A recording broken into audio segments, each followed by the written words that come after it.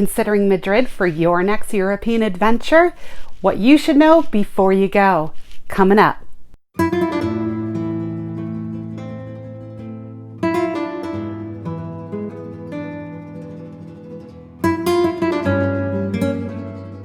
So you're finally going to Madrid. This world city is awesome. Today we're going to cover all the things that you should know before you go. And stay tuned to the end where I share my top tip of what you should know before you go. Welcome back to the Travel and Cheesehead. My name is Michelle, and on this channel I share travel planning, vlogs, tips, and recommendations so you can save time, money, and headaches when you travel. So we're going to dive right into Madrid, what you should know. I recently came back, and there's always things that you wish you would have known before you go visit a new location. So I'm here to help you out.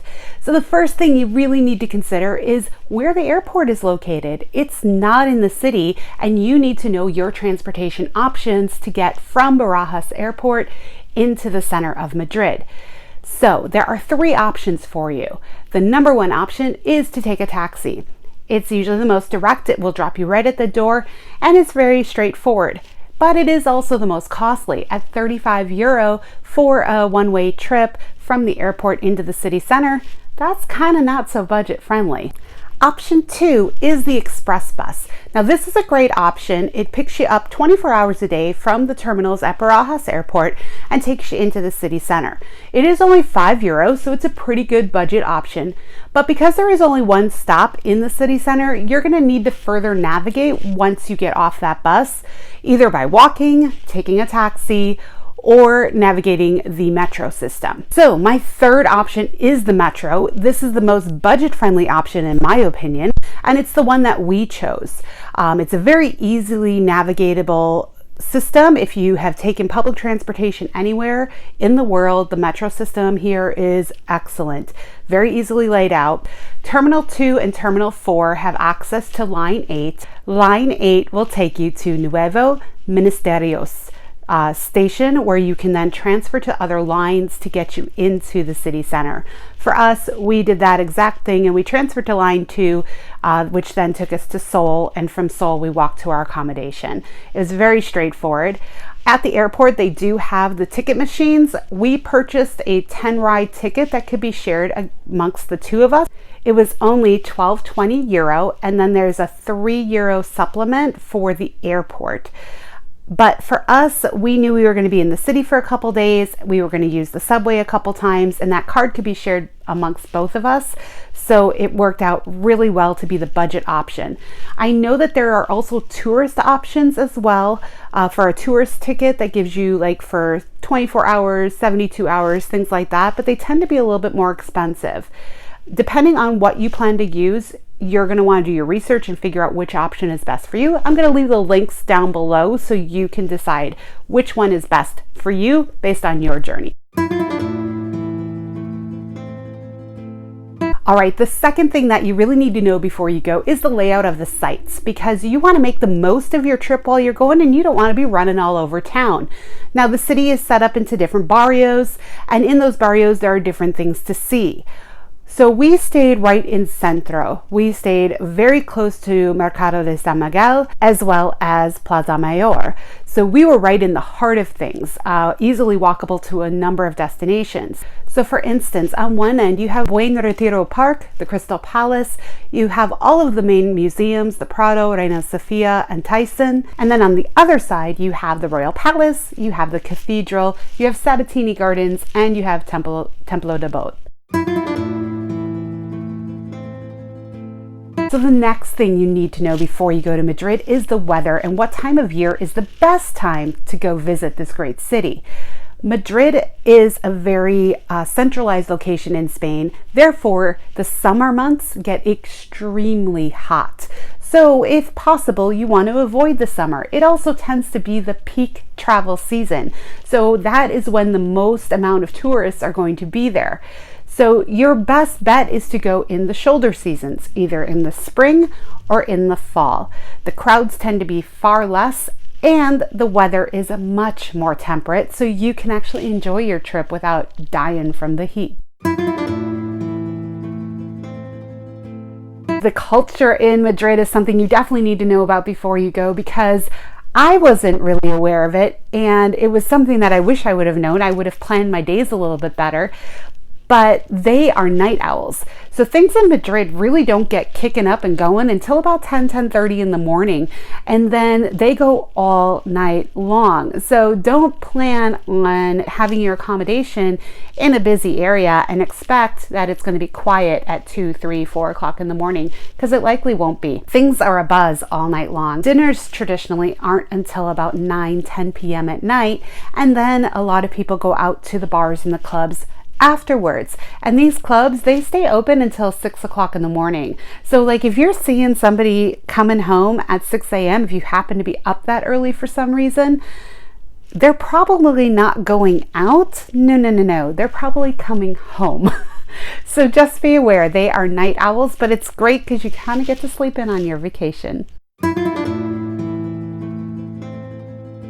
Another thing I wish I would have known before I went is when to go visit the certain sites, because it's very specific. For instance, if you're an art lover and you want to go see the museums have free hours.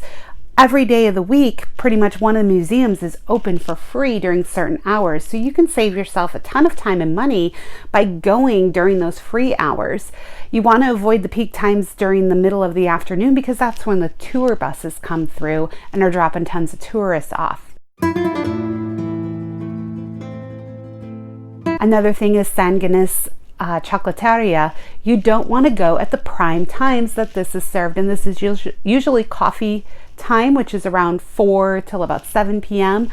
is when it's peak time for the chocolates. So you want to go a little bit later.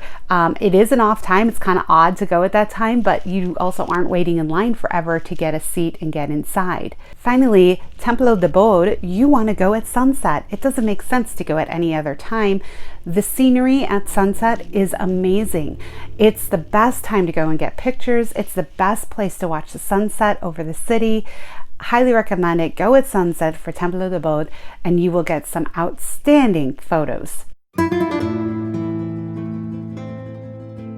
All right, another thing to know before you go is what to book ahead, because there are things that you need to book prior to your trip to ensure that you actually get to see them.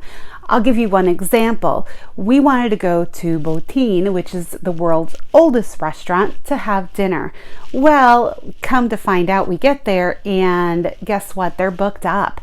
You have to book far ahead, because with them being the world's oldest restaurant, they tend to book up very quickly, especially for dinner.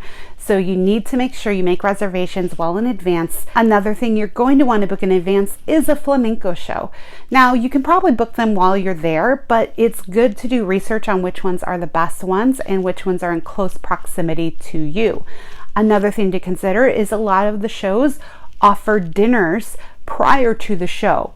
If you book the dinner, you tend to get a little bit better seating because you're on the floor right at the stage. Whereas if you just come later for drinks and tapas, you're at the high tops towards the back of the room. All of the seats, because they're in such a small, intimate location, you are going to have really good views of the performances. But just know that if you really want to be right up close with no heads and cameras and things in the way, you want to book the dinner so you're seated on the floor close to the stage. All right, the final thing that I will say before you go that you need to know about Madrid is where to stay. You need to figure out not only what sites you want to see, but also what makes sense for you as to where to stay. Now, you can stay in hotels. There's plenty of world-class hotels in Madrid scattered throughout the city. I recommend doing Airbnb because, quite frankly, you're going to get a very unique experience. There's a million Airbnbs right around the center of the city, near Mercado San Miguel, near Sol, and near Plaza Mayor. And because there's so many metro stations scattered throughout the center of the city, accessibility to all of these locations is very easy, especially when you use the metro. I'm going to leave the links for the two that we stayed at down below, so you could check those out. So the last thing I will tell you about, I wish I would have known before I would have gone, is the secret nun cookies. Finding out the hours of when these are is really important. It's hard to know that before you actually get there, but I would recommend going and finding where they are located before, like the very first day you get there. At least go hunt them down and seek out the hours so you know when they're going to be open, and then you can head back over there during those hours that they're open. We made the mistake of waiting till our last day and then hunting them down, finding them, only for them to be closed. So that is my number one know before you go. If you want to hunt out the secret nun cookies, make sure you go there first, find out their hours, and then you can go back and get some delicious sweets from those nuns. So I'd like to know what you wish you knew before you visited Madrid. Put it in the comments below. If you found today's tips helpful, give me that thumbs up.